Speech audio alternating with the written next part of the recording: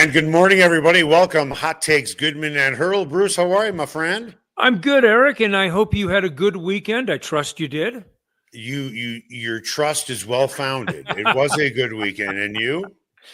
Not bad. Hectic, a little busy, but not bad. Good kind of busy. We're almost to the start of football season. Less than 2 weeks away now from Oh the no! regular season kick. Oh yeah. Oh Oh yeah. no! The football season starts on Friday for Oh. Colorado.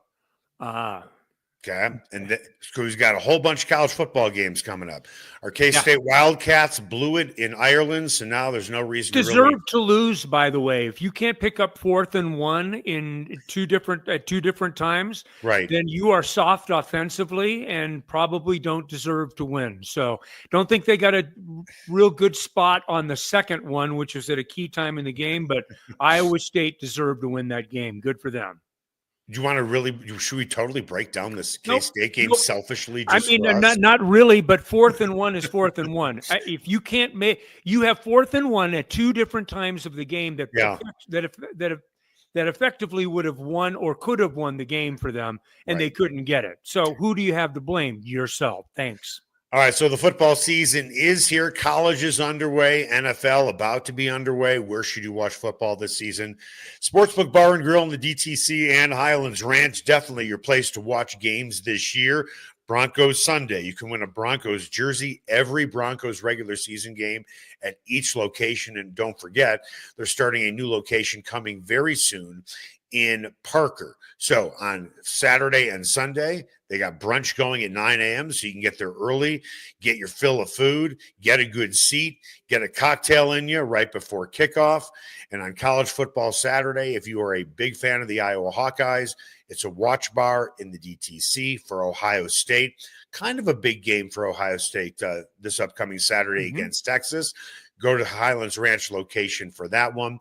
Outstanding food, great drink specials, and it's really a sports bar that was, founded and developed and constructed by sports fans. So when you walk into either location, you're going to be like, you know what? I would do it this way too. Go to the Sportsbook Bar and Grill. Again, you can find them in the DTC, Highlands Ranch, and coming soon to Parker. Time now for the lead. The lead is presented by Sasquatch Casino, a family-owned casino that treats you like family. Season is over. Final roster cuts must be made by 2 p.m. tomorrow. Before we get into the cuts, let's chat about the game against the Saints. Overall impressions of the first team offense, which played 3 series, scored 10 points. Meh. A little meh. Slow start. Left them out there for 3 just to get them points, and glad that they got them. They got 10 points in 3 possessions. Took them a quarter to do it, which isn't all entirely bad. I mean, I guess. I think you just would have liked to have seen a couple of things more that they want to be able to do well. You want to see them be a little more successful and consistent with the outside zone running game, which we haven't seen a lot of consistency in the preseason. Of course, we haven't seen any of J.K. Dobbins. We've seen very little of R.J. Harvey. So that was, I would have liked to have seen that. It was good to see Bo Nix and Cortland Sutton in kind of a mid-season form. They had good energy together, no question about that. Don't like Evan Engram dropping balls 8 yards on a quick hook that could have been a 12 or 14 yard. That bothered me a little bit. But by and large, they did what they needed to do for a business trip that they basically were on for 30 hours. They popped in, they popped out, got everything done, got out of there without any injuries to speak of, and now we're on to the cuts. Okay. I want to dig in briefly into the offensive line, which has been widely touted by many analysts as one of the best offensive lines in the league. Is it fair to say, I'm just going to give you some rapid fire questions. The Broncos running game was not very good last year. Is that fair to say? Yeah. Well, it wasn't very good. Yeah. Okay. Not where they wanted it. And, you look at the Pro Football Focus stats, their win block rate and their win pass protection rate and all that. All of that stuff is fine if you want to dig into those analytics. Okay. But for as good as they were at run blocking, The running game was not very good. You can make the case they didn't have great running backs, and that's fine. They didn't have the personnel to run outside zone like they do this year. Now, I want to go to something that Sean Payton has talked about quite a bit. Sacks are a product of the quarterback as much, if not more, than the offensive line. Peyton Manning rarely got sacked. That's because his processor was so fast. I have no idea how good their offensive line was. I really don't. All I know is, as a quarterback, he rarely got sacked. So by Sean Payton's metric, Manning did not get sacked because he was quick making decisions. Bo Nix, pretty quick, even in his rookie season, making decisions, escaping trouble, didn't get sacked a lot. So if the run game wasn't very good last year, and right now what we've seen in the preseason, for the most part, is the first team offense really been that good in running the ball? RJ Harvey looked like a rookie out there. Tyler Bidet did not. Audric Estime did not. But I'm looking at the entire preseason so far, and I understand it's only a couple games. And then Nix didn't get sacked a lot, didn't really get sacked a lot either. So are we overrating this offensive line? Because right now, they don't look very much in sync. Well, I would say this in a very small sample size that we've had them in. In fact, they played a little bit in the game against San Francisco, and they played a little bit in the game against New Orleans. They did have in both of their shared practices, they ran the ball okay. But, and I'll use Sean's own words, though, in that situation. We don't really know because they weren't taking anybody to the ground. Tackles weren't being made, things of that nature. So all we really have to go on is what we've seen in the basically 2 quarters of 2 exhibition games. And the answer is no, they haven't been, they don't appear to be regular season ready. Now they're not scheming. I mean, everything is very basic. It's camp offense. So none of that stuff has been installed. Well, I mean, they may have stuff installed, but they're certainly not using it. And that's what they have the next week and a half for, essentially, to get themselves into regular season readiness. I'm not ready to say, and it sounds by the question like you're not ready to say this is going to be a really good running football team. No, that's not what I said. Yeah, I'm saying it. I'm ready to say, I'm not sure this is going to be a great running football team. I'm not sure that Sean Payton can. We've heard it from Sean before, and Sean's forgotten so much more football than I've ever known, and I respect him tremendously. But Sean does have a tendency at times to say, this is what we want to do, and then they don't do it. Right. So that is what I will be looking for in week 1.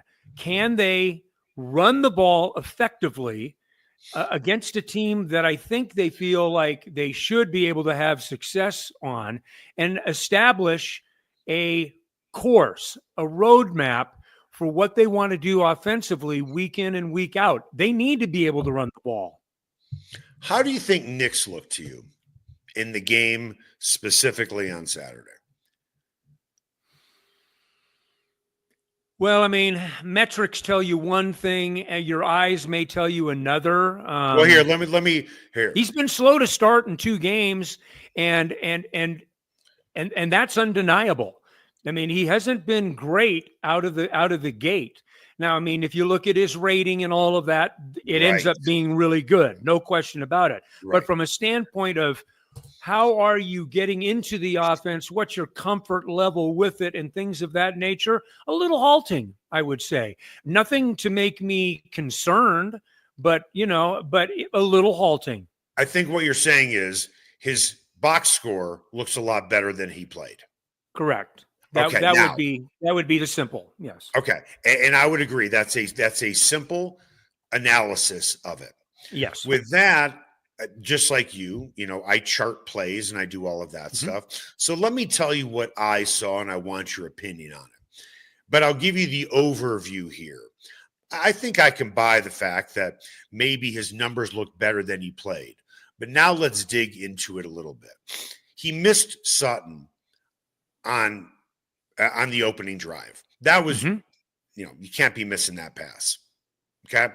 With that, his next play, and to me, these are special plays.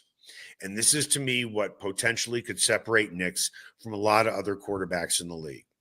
He was flushed out of the pocket. Troutman had a 2-yard catch, but didn't Harvey completely whiff on a block? Yes. Completely whiffed on a block. And that's where we are now, right?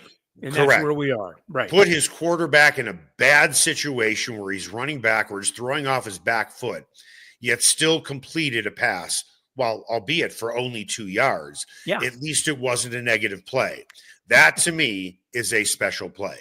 Yeah. With that, the Broncos would have started, more than likely, with a pair of 3-and-outs.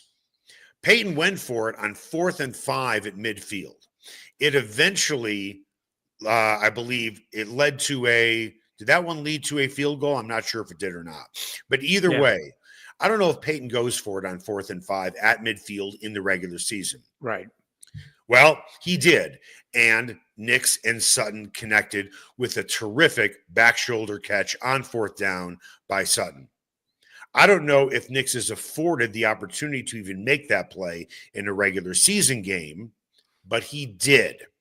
Then the pocket collapsed later on in the game on Nix, and he just squirted out of there and dumped it off to Bidet, 17 yards. That, to me, is a special play. Yep. But they don't get the field goal if they don't go for it on 4th down. Right, exactly. Then Nix, who had been working on rotation this offseason with Tom House or whoever else, and throwing across his body, beautiful 43-yard pitch and catch to Sutton for 43 yards. Special play, right? Right. 3rd and 1, great Sutton catch. Throw is behind Sutton, but even though you can look at it and say, Nix did not have a great pass on that, right? And he threw behind Cortland Sutton. There was a blitz coming, pressure in his face, and a lot of quarterbacks like, Shedeur Sanders would have run to midfield to try and make a play at that point. I thought Nix that pass executed the play. I thought in a blitz. I thought that pass was special too, because and he even threw it off of his back foot, which is generally a no-no, right? He's not. So it was an arm strength throw. But to your point, Eric, he threw it to the only place that Sutton could have caught it, a little bit behind him. He was covered in front. Yes. He was really covered. So the ball ended up being in the only place that Sutton could really catch it. And the fact that he caught it and rolled into the end zone ended up being a very happy ending to the play that otherwise could have been bad. But you have just touched upon, I think it's interesting, you and I are on a very similar page. I starred probably 5 plays that Nix made plays that otherwise probably don't get made and get the offense off the field. Made it just by the fact that he's Bo Nix and he can make plays. He's got a sense of the game and where guys are and what to do. And he did that at least 5 times in the time that he was on the field, and it helped result in 10 points. And at the end of the day, even though our own eyes would say a little halting, you're going to take 10 points from your first team offense in the first quarter.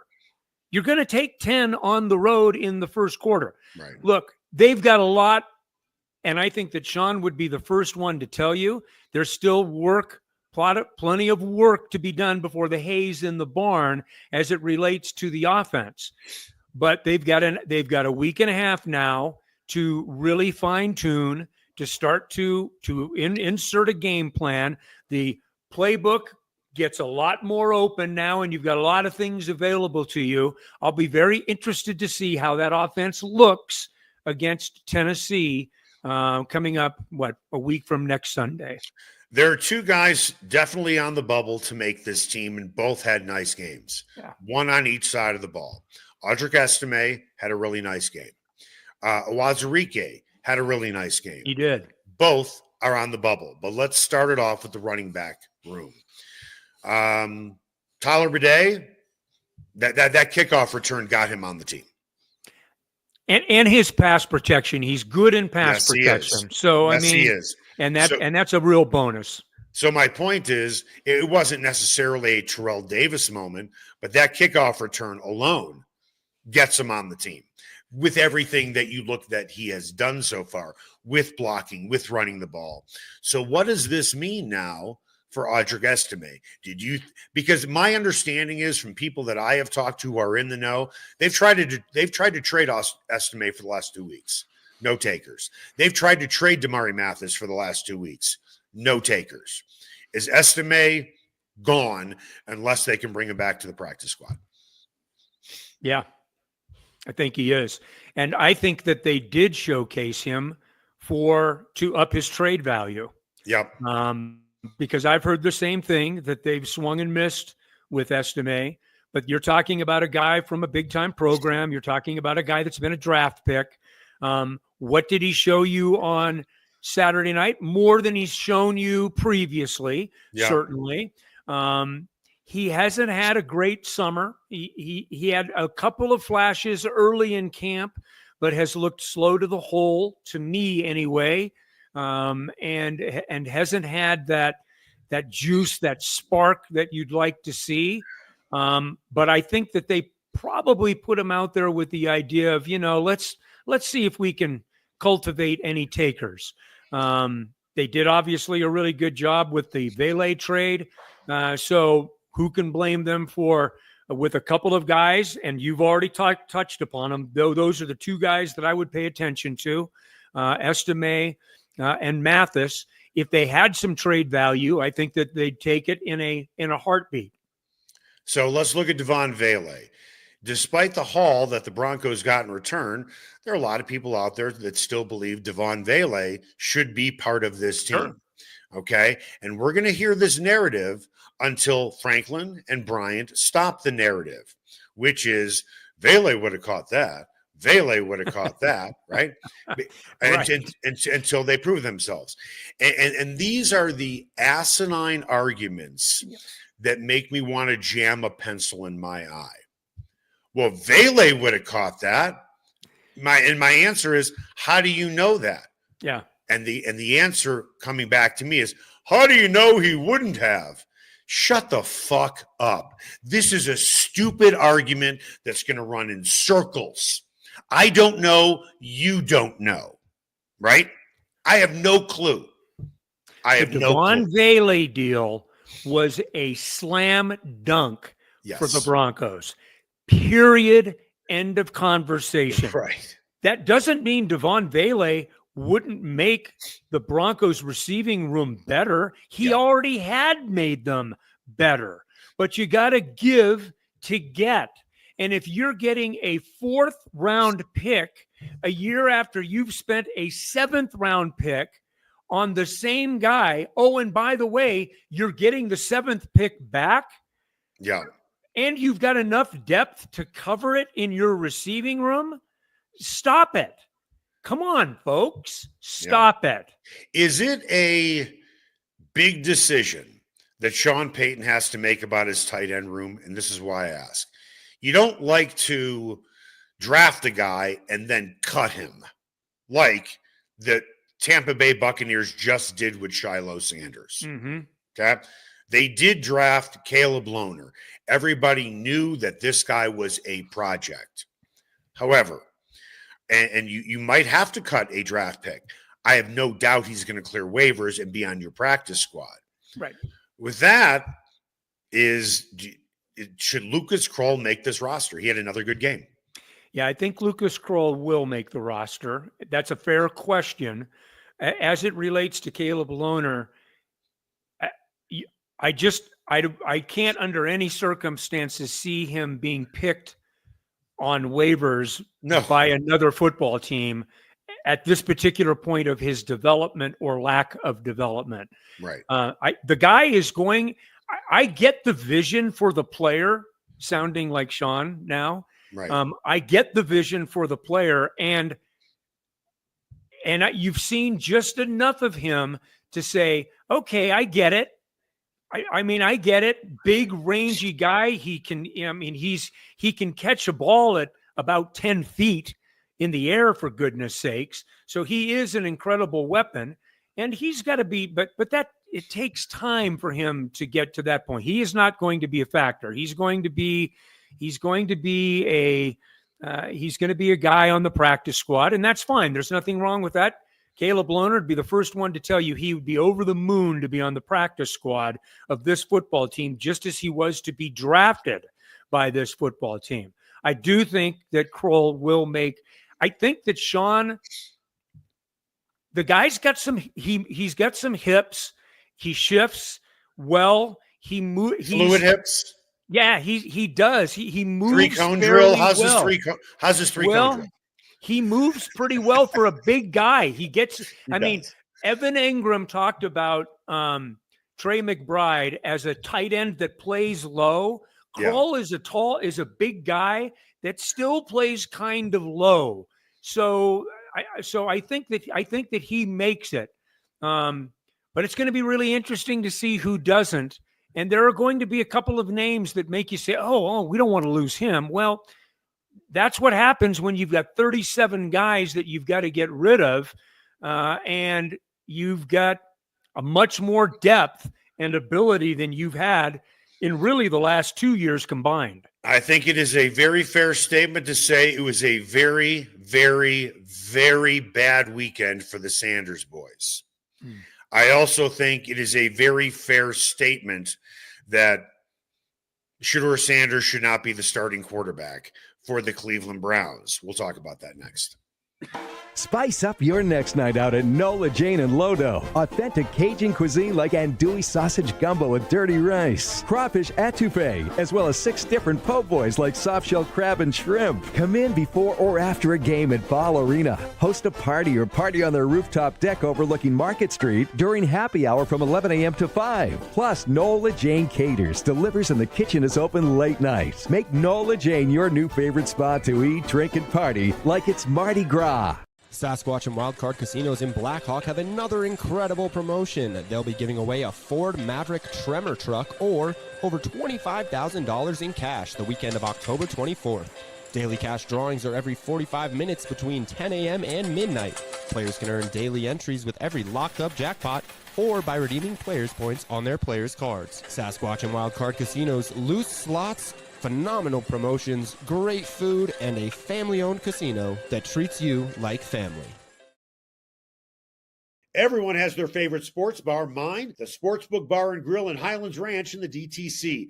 Both locations are everything a sports bar should be. An upscale menu with 12 different burgers, outstanding wings, and my favorite, the Philly cheesesteak egg rolls. They've got every game on the NFL Sunday Ticket, MLB Extra Innings, NHL Center Ice, NBA League Pass, plus soccer, rugby, and UFC. Sportsbook is a hangout bar or great for private parties. The Sportsbook Bar and Grill in Highlands Ranch, the DTC, and coming soon to Parker. They are the sports bar. Ever wondered where city and county fleet vehicles go when they retire? Now's your chance to find out and score big. Imagine driving away with a great deal on a reliable vehicle. For over 45 years, Roller Auction has been the trusted source for government fleet vehicles and equipment. Trucks, SUVs, sedans, and more, all selling to the highest bidder. Don't miss out. Visit roller.bid/hot takes to get auction updates today. Your next vehicle could be just a click away. Everyone has their favorite barbecue spot. Mine, Smokin' Dave's Barbecue and Brew. My favorites, slowly smoked ribs, smoked corned beef Reuben, smoked meatloaf with a portobello balsamic cream sauce. And don't forget about Smokin' Dave's 16-hour smoked brisket and pork with one of their 4 homemade barbecue sauces. Great sides, you bet. Barbecue beans made with pork and brisket and their southern corned bake. Man, you gotta try it. Plus, they have amazing non-barbecue entrees on the menu. Go where I go, Smokin' Dave's Barbecue and Brew in North Denver. Ferguson's Heating and Cooling is the best in Denver, and their customers agree. Ferguson's has 165 5-star Google reviews, and here's one from Betsy. Highly professional, prompt, and honest. I switched to Ferguson's when I became aware my former company was trying to sell me a whole new system I didn't need. Ferguson's is an honest, working, family-owned business that'll give you a fair price, the highest quality parts and equipment, and they always show up on time. You can trust the Ferguson family like you trust your own family. Go to fergusonsheatingandcooling.com. Welcome back. Hot Takes, Goodman and Haertl. Time now for What's Trending. What's Trending is presented by Nola Jane in the heart of Lodo. No one does Cajun cuisine better than Nola Jane. Go see why their award-winning menu is the best in town. It was a rough Saturday for Shedeur and Shilo. Shedeur completed 3 passes, was sacked 5 times, one of them a 23-yard loss. In the meantime, Shilo was cut by the Buccaneers after throwing a punch during a game against tight end Zach Davidson, who plays for the Bills. Was Davidson a little rough? Yes, he was. But at the end of the day, the term in hockey is feel-good penalties always get you penalized. And that's what happened. The problem for Shilo is, we're going to spend most of our time on Shedeur. The problem for Shilo is he has a long history of shit like this. There were 2 reports he punched teammates at Colorado. We saw kerfuffles on the field when he played for Colorado, and now he's punching somebody in the NFL. I don't know if the guy is good enough to play. I just know his level of self-control right now is not there. Let's go ahead.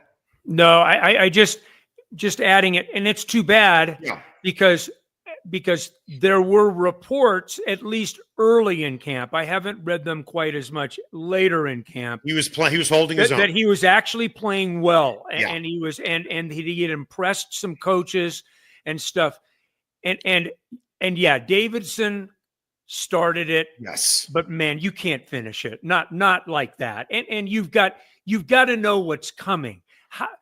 The thing that bothered me the most was when you react like that, do you think it's okay and no one's going to notice that? And what do you think the reaction is going to be? You're going to be kicked out of the game 10 out of 10 times.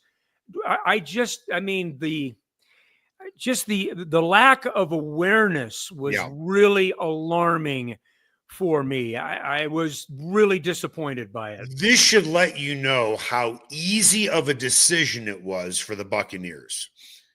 You are not making this roster when you are cut 2 days before the deadline. Yeah, they did it literally the next morning. That's right. Literally. I mean, it was like, boom. In fact, he may have been the first guy cut in all of the NFL. I mean, it was, and you look, I hope well for him. Yes. I don't think that someone's going to pick him on waivers. No. I would be surprised if Tampa Bay brought him back he may end up on a practice squad. I was reading with some interest last night that the Toronto Argonauts have his rights in the Canadian Football League. It may end up being that kind of path. There's nothing wrong with that. Certainly worked for Alex Singleton and guys like that. But I don't think that we're done hearing about Shilo Sanders. I just think that we're done hearing about him with the Tampa Bay Buccaneers. I am going to compare position by position, not necessarily player by player. Kareem Jackson was an excellent safety for the majority of his career. But once he lost a step, he had to start doing things that ordinarily you would think he shouldn't be doing, which are late hits and things like that. Eventually, he'd hit a point for the Broncos where they couldn't keep sustaining 15-yard penalties every game. And I think that is the worry with Shilo Sanders, that in a key situation, he's going to lose his head, and we just cannot have that on the field. And we sure as hell can't have that on the field for a guy that we didn't draft.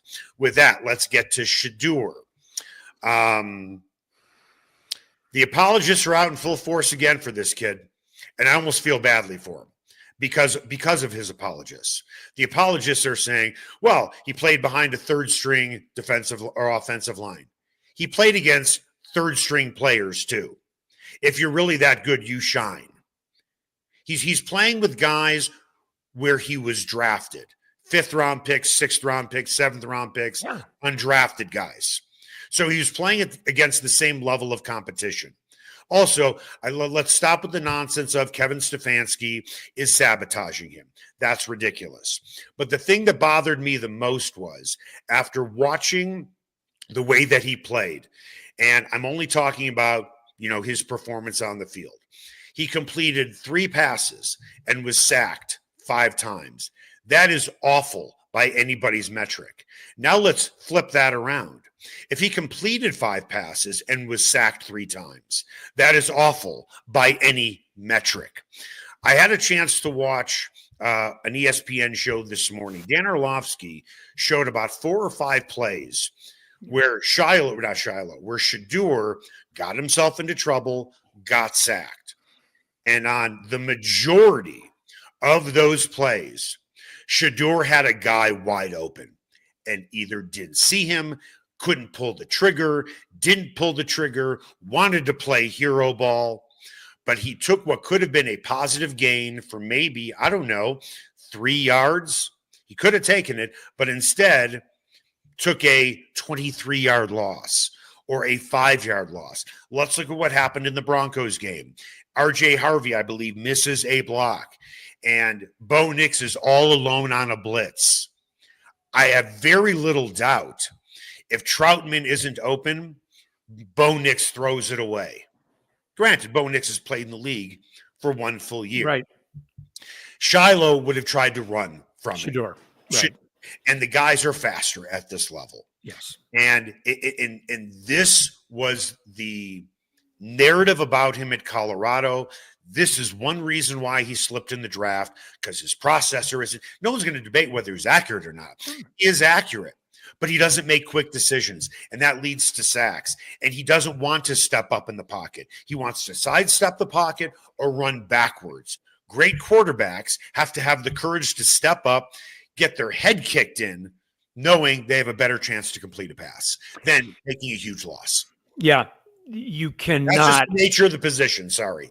Yeah, you cannot take sacks in this league, because then all of a sudden, down and distance is everything in this league. Field position, down and distance, staying in front of the sticks. What that means is being in short yardage situations to pick up first downs, to keep drives moving. Those are things that you desperately want to do with your offense. You start taking a 6-yard or a 7-yard sack early in a possession, you are what we call behind the sticks. So all of a sudden, you're looking at 2nd and 16, 2nd and 17. The numbers don't lie.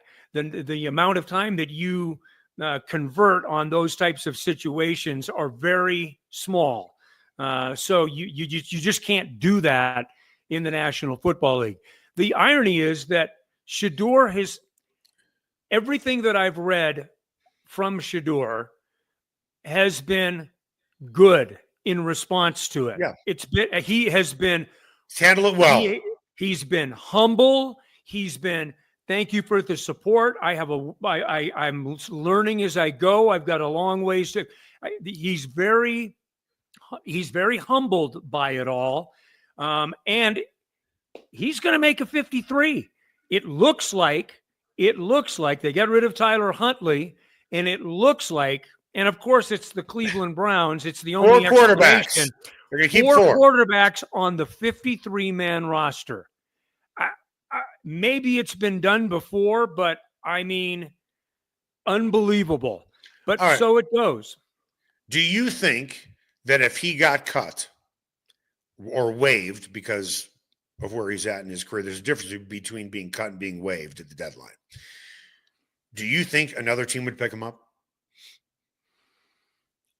It would be hard to see that right now at this moment. I would have to know where we are with quarterbacks for certain teams. Okay, I'm going to give you one. There's one team that makes a ton of sense for him, ton of sense, and he has a huge backer in his corner, and I still don't think he'd wind up going to that team. It is well documented that Tom Brady is a friend of the Sanders family. He has mentored and talked to and tutored Shedeur Sanders. Aiden O'Connell is out for a while. He is the you're right. backup quarterback for the Raiders. If for some reason the Browns waived him, and I don't think that they will. I don't either. Okay. I don't think that they will. Okay. I don't know if Tom Brady would bang the table for Shedeur. But I will tell you this. If you're Tom Brady and you really believe in Shedeur Sanders, you would have no problems walking into the GM office and say, trade a 7th round pick for this guy. And it would be done. Well, and it would be done. Yeah, and yes. It would be done. All I can say about that is the Raiders had 5 rounds they could have picked him in. I understand and opted not to do that. The situations change, to your point, and you are absolutely right. That might be intriguing. I can't see the Browns at this point waiving him. Well, I'll give you the reason why Pete Carroll would give pushback to Tom Brady. I had a quarterback like him who was more talented than Russell Wilson, a guy who had a slow processor, wanted to play hero ball, took a lot of sacks, and still got me to 2 Super Bowls. Was a celebrity quarterback. Think about those 4 boxes that were just checked. Yeah. Slow processor, celebrity quarterback, takes a lot of sacks, hero ball. Same guy.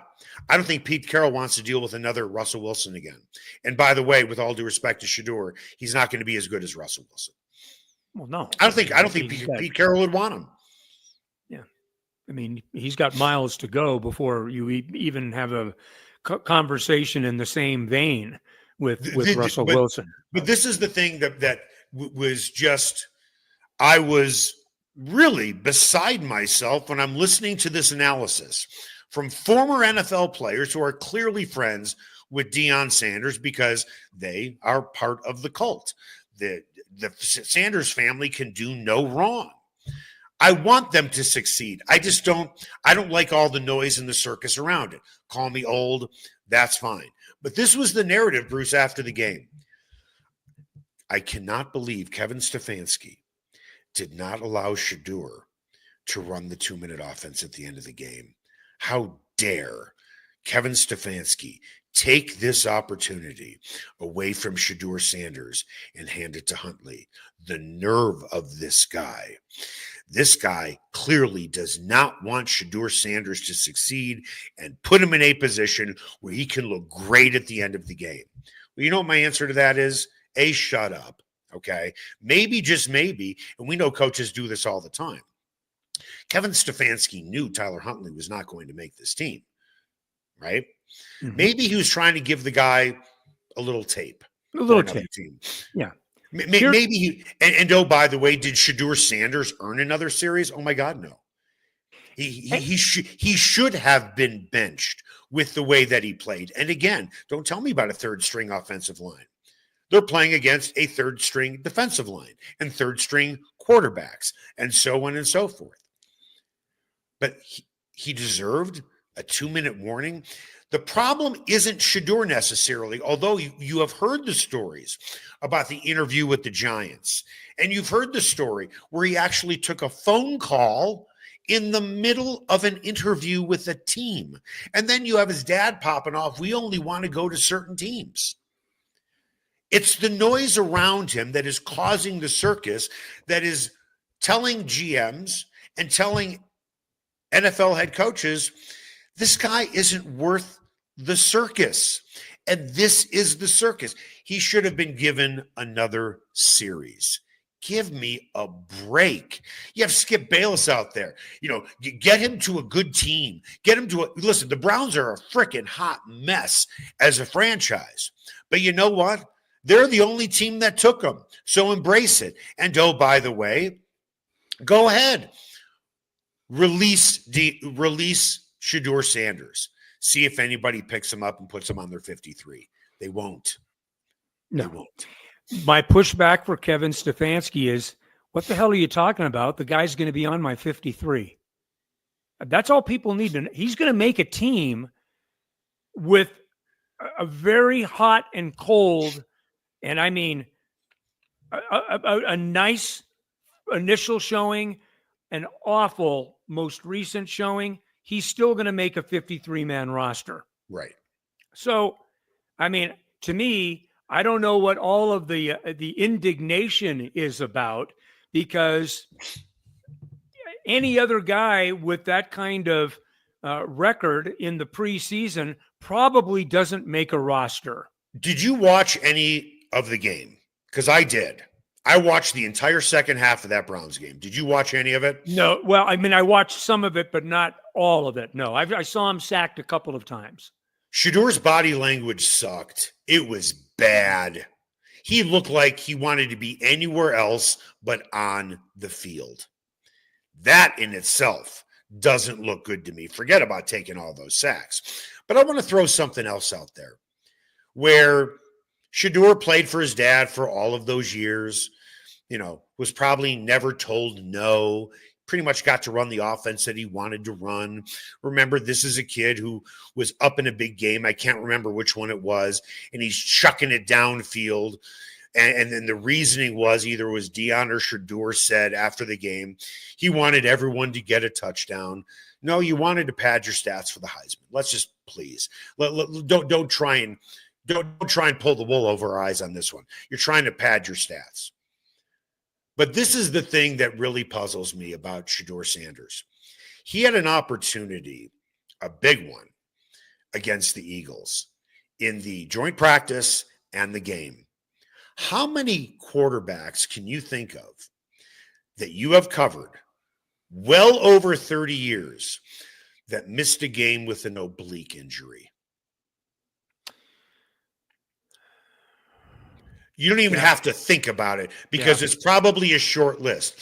So if you're Shedeur Sanders, okay, and you have a chance to play against the Eagles with injuries to Dylan Gabriel and injuries to Kenny Pickett, I hate to be the bearer of bad news, but you got to take the needles, Shedeur. You got to get that Toradol shot if you want to be on the field. And he didn't take it. Okay. He didn't take it. He had his opportunity against the Eagles, and he decided, you know what? I'm just not healthy enough to play. That was an opportunity right there. And maybe if he got shot up, maybe, and listen, this happens all the time. All players get shot up because they're so afraid of losing their jobs. Yeah. Maybe for Shedeur, and I don't know, and I'm just speculating here. Did you see what I did the week before? I'm making this team.